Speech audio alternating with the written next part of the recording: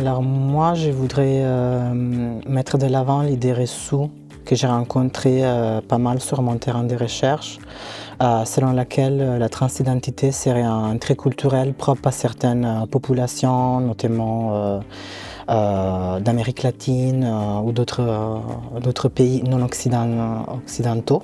Et je pense que ces populations sont hyper visibles au sein de certains services de santé. Déjà parce que souvent il y a un partenariat préalable qui fait en sorte qu'il y a un accompagnement de ces populations vers les services en objet. Donc c'est des populations qui sont hyper visibles parce que ce n'est pas des populations blanches, ce n'est pas des populations francophones, etc. Deuxièmement, c'est des populations qui ont des conditions de vie matérielles particulières qui les poussent à avoir en soi-disant certains modes de vie. Donc notamment pour les femmes trans et situations d'immigration, c'est des personnes qui quittent leur foyer parental assez jeunes, qui viennent souvent des zones rurales au sein de leur pays, qui cumulent plusieurs types d'immigration et qui arrivent en France et en France sont encore plus vulnérabilisées en tant que personnes sans papier et personnes racisées. Voilà.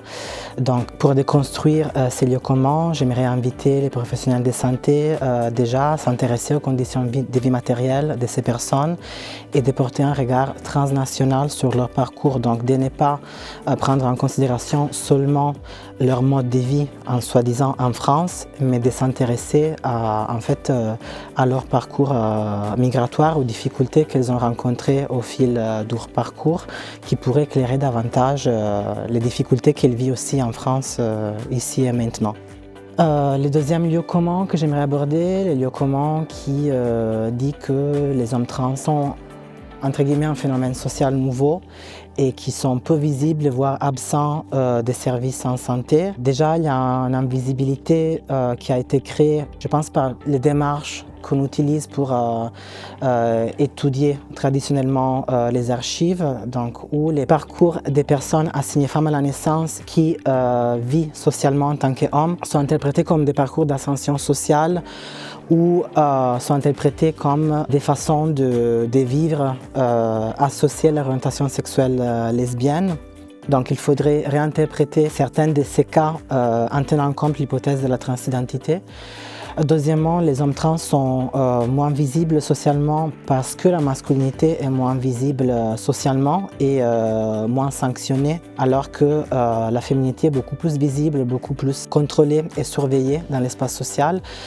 Donc cela signifie que les hommes trans sont moins repérés en tant que personnes trans dans l'espace social, mais ça ne signifie pas qu'ils n'existent pas, juste on ne les repère pas en tant que personnes trans. Et troisièmement, les personnes trans ont souvent du mal à aller vers le système de santé parce qu'ils anticipent déjà les discriminations qui sont liées à cette invisibilisation sociale et parce que dans certains contextes, notamment dans les contextes du VIH, ils ne se voient pas représentés dans les catégories qui sont mobilisées par la santé publique pour prendre soin de la prévention, comme la catégorie HSH qui sous-entend des corps des hommes avec un pénis. Voilà. D'autant que nous, on observe une augmentation des conduites à risque chez les jeunes hommes trans et gays, notamment parce que, aussi sur les applications, c'est difficile de négocier de la sexualité protégée en tant que personne trans. Mais aussi parce que, par rapport au cas du chemsex par exemple, en raison de cette exclusion sociale, non seulement de l'espace public, mais aussi de subculture gay, passer par le chemsex est aussi une façon de se subjectifier en tant qu'homosexuel. Comme c'est une pratique associée à l'homosexualité, j'ai pratiqué le chemsex pour intégrer finalement cette communauté et me sentir légitime à définir moi-même en tant que mec et mec homosexuel. Déjà, je pense que tout le monde, dont les professionnels de santé, devrait déconstruire ses propres représentations autour du genre. Donc, par exemple, ne pas prendre pour acquis que la personne qui rentre dans la consultation, une personne cisgenre, on ne sait pas. Donc, peut-être essayer de poser quelques questions de façon sensible et délicate pour déjà essayer de détecter c'est quoi l'expérience en termes de genre de cette personne. Et dans le cadre du VIH, par exemple, il faudrait juste se concentrer déjà sur les pratiques sexuelles. Donc pas besoin, dans le cadre de la PrEP, par exemple, pas besoin d'interpréter les comportements de la personne au prisme de la transidentité. Il faut savoir si la personne, par exemple, a des relations plutôt anales que vaginales. Donc ça, si on parle de la matérialité du corps, on peut très bien accompagner, bien conseiller la personne. Donc il faudrait vraiment revoir toute la conceptualisation de la santé sexuelle qui a été mise en place en milieu épidémiologique. Donc repenser les catégories, peut-être en abandonner quelques-unes, mais en tout cas constamment les remettre en question parce que, comme on l'a expliqué un petit peu dans le cadre de la conférence, les corps et la façon d'aborder les corps sont historiquement et socialement situés. Donc ce qui était peut-être pertinent ou utile à un certain moment historique n'est plus utile maintenant parce que socialement, la question du genre, la question médicale ont évolué, ont bougé. Par exemple, moi je travaille dans un centre de santé sexuelle. Cette question de la santé des hommes trans, elle me parle aussi sur un aspect santé sexuelle et reproductive. Par exemple, moi tous les ans j'accompagne plusieurs jeunes hommes trans sur des questions de l'IVG. Parce que leurs médecins n'ont pas toujours conscience ou connaissance que les traitements hormonaux ne sont pas contraceptifs ni stérilisants. Et du coup, on se retrouve avec des personnes qui ne reçoivent pas l'information qui vont avec leur santé et la fonctionnalité de leur corps. D'autant plus quand ce sont des hommes trans qui ont une sexualité gay. Du coup, cette invisibilisation et ce manque de connaissances fait qu'on se retrouve à plein de moments avec des jeunes hommes qui vivent des grossesses. Et les questions d'IVG, quand on est une personne trans, c'est vraiment difficile d'être considéré justement et finement. Notamment, par exemple, à Grenoble, le centre IVG, il est à l'hôpital couple-enfant, où parfois il faut faire des examens au préalable et on va les faire dans un centre d'imagerie de la femme.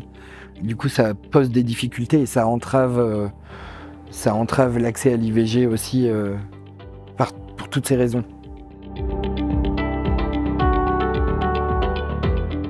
Je pense que si j'avais un conseil à donner aux professionnels de l'éducation et de la promotion de la santé, le tout premier, ce serait d'aller voir sur le site, on a mis en partage les principes fondamentaux qui sont issus des travaux de la commission scolaire de Montréal.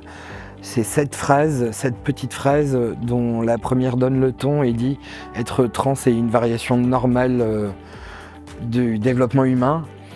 Voilà, rien que ça, et de pouvoir prendre conscience de sa responsabilité en tant que professionnel de l'éducation ou de la santé face aux personnes trans, à pouvoir ne serait-ce que donner un accueil bienveillant et respectueux.